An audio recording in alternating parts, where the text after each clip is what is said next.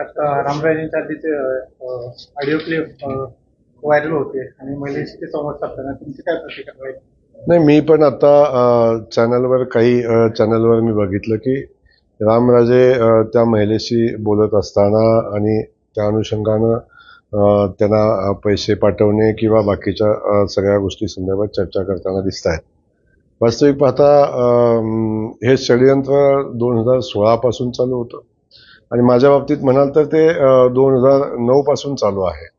परंतु आपल्या माननीय मुख्यमंत्री महोदयांनी सभागृहामध्ये बोलताना सांगितलं होतं की याच्यामध्ये खूप मोठं षडयंत्र आहे, याच्यामध्ये कोण कोण सामील आहे. आणि मुख्यमंत्री महोदयांनी जे स्टेटमेंट सभागृहामध्ये दिलं होतं त्याला यातून पुष्टी मिळते.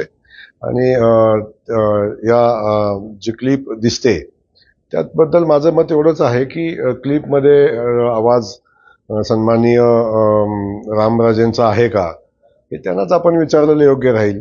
आणि त्याहीपेक्षा पोलिसांनी त्याचा तपास करावा, त्यांच्या आवाजाचे नमुने घ्यावेत आणि संबंधित महिलेच्या आवाजाचे नमुने घ्यावेत आणि त्याचा तपास करावा आणि त्याचं सत्य काय आहे ते पोलिसांनी बाहेर आणावं अशी माझी विनंती या निमित्ताने राहील.